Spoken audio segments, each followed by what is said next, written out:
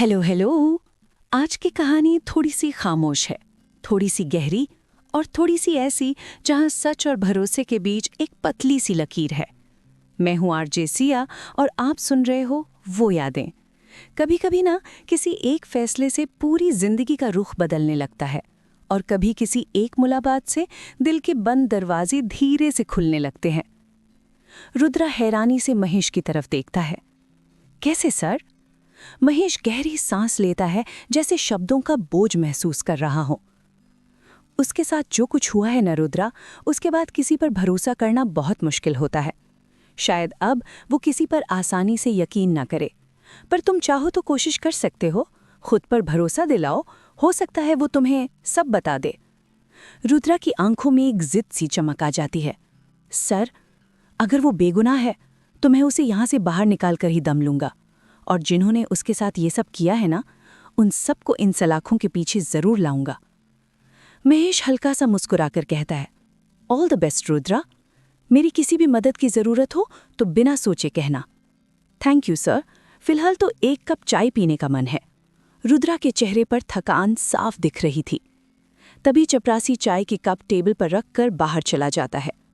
Rudra cup उठाता है, एक सिप लेता है। चाय बहुत अच्छी बनी है सर। महेश बस मुस्कुरा देता है।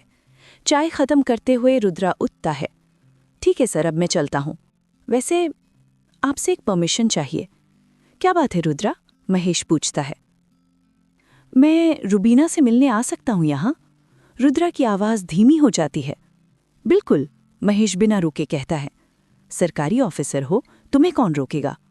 पर सर, मैं यहाँ रुबीना के लिए आ रहा हूँ। ये बात सिर्फ आप और मेरे बीच रहनी चाहिए। चिंता मत करो रुद्रा, महेश कहता है। ये बात यहीं तक ही सीमित रहेगी। थैंक यू सर, अब मैं चलता हूँ, थाने में भी काम है। दोनों गेट की तरफ बढ़ते हैं।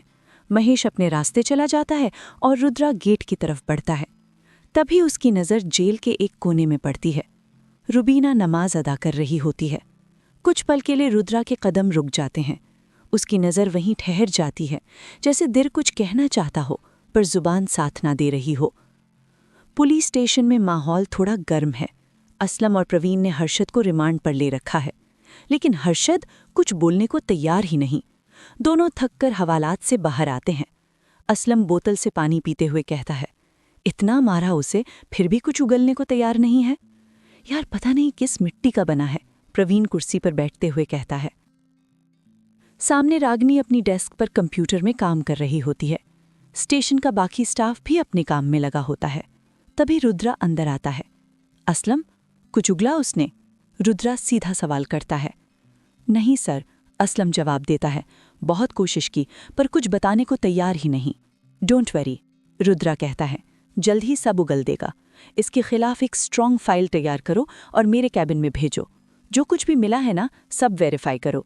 इसका कनेक्शन कहीं ना कहीं बहुत स्ट्रॉन्ग है। रुद्रा अपने कैबिन की तरफ बढ़ता है, फिर अचानक रुककर रागिनी की तरफ देखता है। रागिनी, तुम्हारा पैर ठीक है? रागिनी थोड़ा घबराकर कहती है, जी सर, अब ठीक है। गुड, कहकर रुद्रा कैबिन में चला जाता है। प्रवीण रागिनी को देखकर हंस रहा होता है। रागिनी भी हल्की सी मुस्कुराहट के साथ फिर काम में लग जाती है।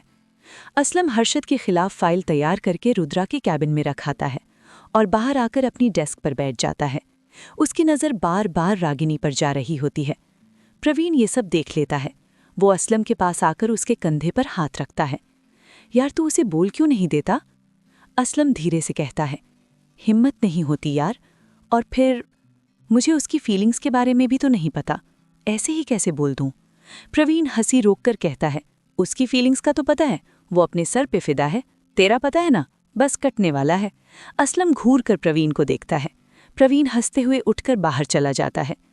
शाम को प्रवीण असलम को मनाने के लिए उसे बिरयानी खिलाने बाहर ले जाता है। रात के 9 बज चुके होते हैं। आज रागिनी जानबूझकर देर तक रुक जाती है। तभी रुद्रा अपने कैबिन से बाहर आता है। रागिनी को देखकर हैरान हो जाता है। रागिनी, तुम इतनी देर तक यहाँ? आज घर नहीं जाना? 9 बज गए, रागिनी कहती है। काम करते हुए ध्यान ही नहीं रहा सर। रुद्रा फाइल्स की तरफ देखता है, फिर रागिनी की तरफ। इस वक्त अकेले कैसे जाओगी? चलो, मैं तुम्हें घर तक छोड़ देता हूँ। और यहीं से कुछ रिश्तों की कहानी धीरे धीरे नया मोड़ लेने वाली है। क्या रुबीना अपना सच रुद्रा को बता पाएगी? क्या रागिनी और असलम के बीच की खामोशी कभी टूटती है? इन सवालों के जवाब शायद अगली यादों में छुपे हैं। ये वो पल होते हैं जहां ड्यूटी और दिल एक ही रास्ते पर साथ चलने लगते हैं और खामोशी भी बातों से ज्यादा बोल जाती है। आप चलिए सर, मैं आती हूँ, रागिनी ने अपनी खुशी छुपाते हुए कहा। रुद्र बाहर निकल आया। उसने पाटिल से गाड़ी की चाबी ली और कह दिया कि आज वो खुद ही ड्राइव करेगा। गाड़ी में बैठकर रुद्र रागिनी का इंतजार करने लगा। थोड़ी ही देर में रागिनी पर्स उठाए बाहर आई और आकर गाड़ी में बैठ गई। उसकी आंखों में जो चमक थी ना, वो छुपाए नहीं छुप रही थी। रुद्र ने गाड़ी स्टार्ट की और सड़क पर आगे बढ़ा दी। कुछ पल दोनों चुप रहे। फिर रागिनी ने धीरे से बात शुरू की। सर, आप कहाँ से हैं? मेरठ से, रुद्र बोला। मम्मी पापा और छोटी बहन वहीं रहते हैं। मेरा तो हर 6 महीने में ट्रांसफ़र होता रहता है। 6 महीने में क्यों सर? रागिनी ने हैरानी से पूछा। रुद्र हल्की सी मुस्कुराहट के साथ बोला, मेरे स्वभाव की वजह से। अक्सर बड़े अफसरों को परेशानी हो जाती है। जब कुछ कर नहीं पाते तो ट्रांसफ़र कर देते हैं। पर आप इतने भी स्ट्रिक्ट नहीं हो सर, रागिनी ने बिना सोचे कह दिया। शायद, रुद्र बोला, पर काम ही ऐसा है कि स्ट्रिक्ट रहना पड़ता है। वैसे तुम्हारी फैमिली? मम्मी पापा यूपी में रहते हैं। यहाँ दिल्ली में दीदी और जीजाजी रहते हैं। मैं उन्हीं के साथ रहती हूँ, रागिनी बोली। जीजाजी क्या करते हैं? रुद्र ने पूछा। बैंक में मैनेजर हैं। अच्छा है, रुद्र बोला। वैसे तुम इस लाइन में कैसे आईं? रागिनी की आवाज़ में एक जुनून था। बचपन से ही पुलिस बनने का सपना था सर, बस इसी जुनून के चलते यहाँ आ गई। गुड, रुद्र बोला। लड़कियों को हर फील्ड में आगे आना चाहिए। पुलिस हो, सेना हो, डॉक्टर हो, इंजीनियर हो। मुझे बहुत खुशी होती है जब मैं लड़कियों को आगे बढ़ते देखता हूँ। रागिनी हल्की सी हंसी के साथ बोली, एक मर्द के मुंह से लड़कियों के लिए इतना अच्छा सुनना थोड़ा अजीब लगता है। रुद्र बिना झिझक बोला, मर्द भी तो औरत से ही इस दुनिया में आता है। मेरे लिए औरत और मर्द दोनों बराबर हैं। रागिनी का दिल जैसे एक पल के लिए रुक सा गया। सर, आप बहुत अच्छे हैं। आपकी शादी हो गई? नहीं, रुद्र ने सीधा जवाब दिया। कोई गर्लफ्रेंड? रागिनी के मुंह से अचानक निकल गया। रुद्र ने भौएं चढ़ाकर उसकी तरफ देखा। रागिनी घबराकर बोली, सॉरी सर। रुद्र मुस्कुरा दिया, इट्स ओके। थोड़ी ही दूर जाकर रुद्र की नज़र सड़क के दूसरी तरफ पड़ती है। फुटपाथ पर असलम और प्रवीण खड़े होते हैं। रुद्र गाड़ी रोककर बोला, ये दोनों असलम और प्रवीण है ना? हाँ सर, रागिनी ने देखा, पर इस वक्त यहाँ क्या कर रहे हैं? चलो चलकर पूछ लेते हैं, कहकर रुद्र गाड़ी से उतर आया। रागिनी भी पीछे पीछे चल पड़ी। रुद्र को देखते ही दोनों ने सल्यूट किया। रिलैक्स गाइज, रुद्र बोला। ड्यूटी पर नहीं हो, यहाँ क्या कर रहे हो? सर, बिरयानी खाने आए हैं, प्रवीण ने हंसते हुए एक प्लेट आगे बढ़ा दी। आप भी लीजिए ना। रागिनी भी उनके साथ शामिल हो गई। चारों साथ बैठकर मज़े से बातें करते हुए बिरयानी खाने लगे। उस वक्त न कोई जूनियर था, न कोई सीनियर, न कोई सर, न कोई कांस्टेबल। उस वक्त बस एक नया रिश्ता जन्म ले रहा था, दोस्ती का रिश्ता।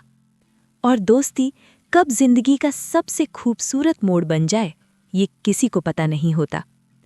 आगे क्या ये दोस्ती और गहरी होगी या ड्यूटी के फैसले इन जज्बातों को रोक देंगे?